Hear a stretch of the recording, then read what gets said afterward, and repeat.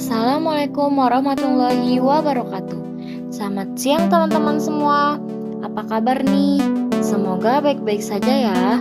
Berjumpa lagi bersama saya Heni dan rekan saya Aira. Seperti biasa, saya dan rekan saya bakal menemani teman-teman selama 30 menit ke depan dengan beberapa info-info yang menarik. Untuk hari ini kami akan membahas informasi tentang narkoba. Sebaiknya saya jelaskan terlebih dahulu ya, apa itu narkoba atau biasa disebut dengan narkotika. Narkotika ini adalah zat atau obat baik yang bersifat alamiah, sintetis maupun semi-sintetis yang menimbulkan efek penurunan kesadaran, halusinasi, serta daya rangsang. Obat-obatan ini juga dapat menimbulkan kecanduan jika pemakaiannya berlebihan.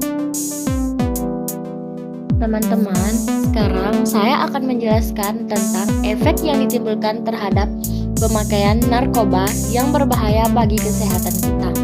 Yang pertama adalah halusinogen.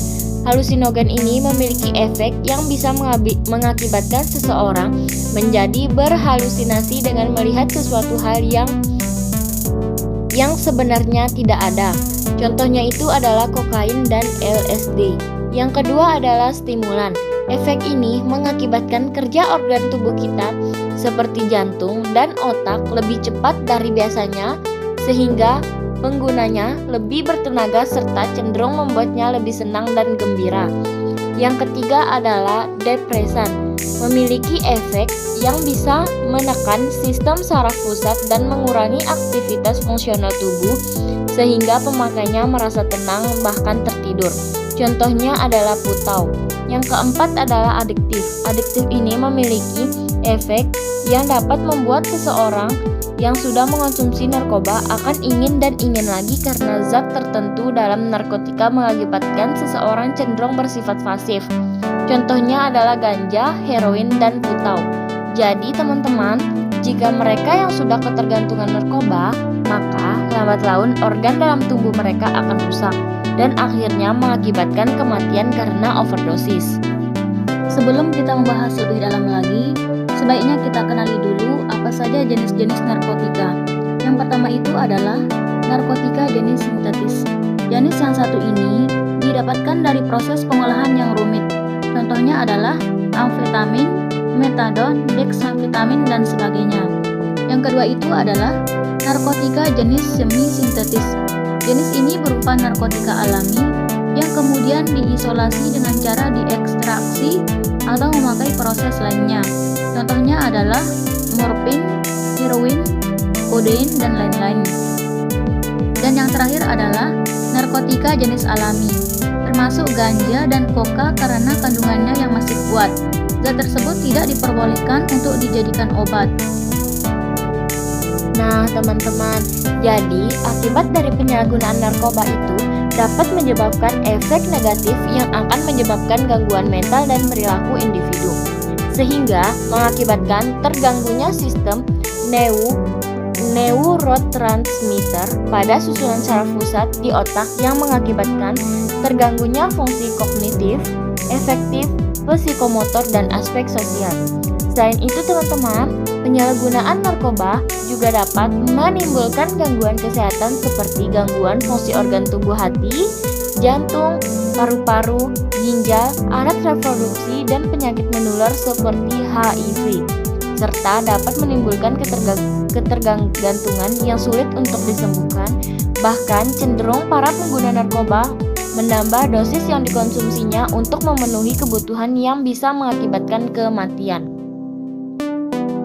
Selain yang dijelaskan oleh rekan saya, penyalahgunaan narkotika juga akan mengubah seseorang menjadi pemurung, pemarah, pencemas, depresi, paranoid, dan mengalami gangguan jiwa, serta dapat menimbulkan sikap masa bodoh, tidak peduli dengan norma masyarakat, dan lain-lain.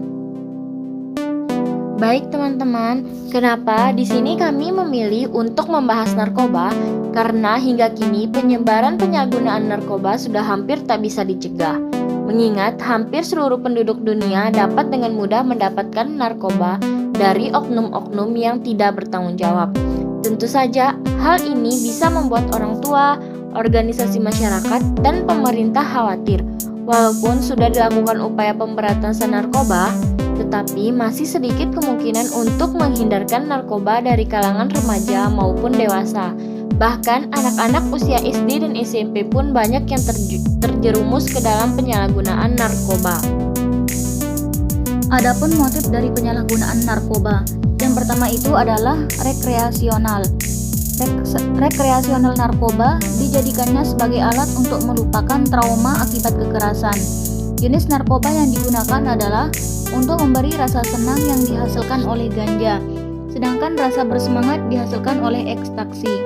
Yang kedua adalah doping. Doping ini dapat menambah kapasitas fisik seseorang ketika melakukan pekerjaan. Sebagian besar penggunaannya dilakukan oleh para perempuan yang memiliki peran ganda dalam rumah tangga. Jenis narkoba yang dikonsumsi umumnya ialah sabu-sabu. Ada juga yang bertanya, apakah pencandu narkoba dapat disembuhkannya?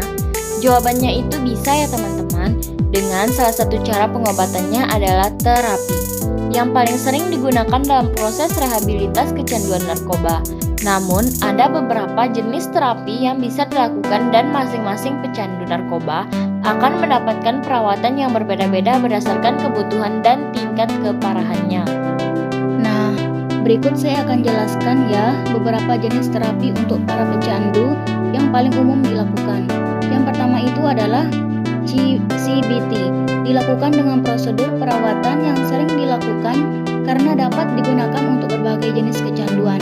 Yang kedua adalah REBT, dapat membantu pecandu mengenali pikiran negatif dan memberi cara untuk mengurangi perasaan negatif tersebut. Yang ketiga adalah terapi dengan obat-obatan. Terapi dengan obat-obatan tertentu yang dapat digunakan untuk mengurangi keinginan kecanduan, memperbaiki suasana hati, dan mengurangi perilaku adiktif. Yang keempat adalah terapi individu. Terapi individu, kelompok, dan keluarga. Terapi ini juga bisa melibatkan siapa saja yang signifikan dalam kehidupan pecandu. Yang kelima adalah 12 step facilitation. Terapi ini cukup populer di Amerika Serikat dan dapat digunakan untuk mengobati penyalahgunaan alkohol dan narkoba.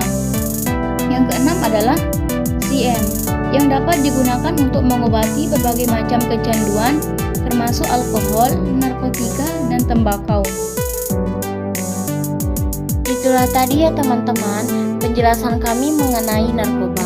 Jadi, bila teman-teman sekalian maupun kerabat kalian mengalami masalah terhadap kecanduan narkoba, segeralah hubungi dokter terdekat untuk mendapatkan penanganan lebih lanjut. Oke teman-teman sekalian, sekian informasi yang kami berikan mengenai narkoba. Semoga kita selalu berhati-hati dalam pergaulan ya teman-teman.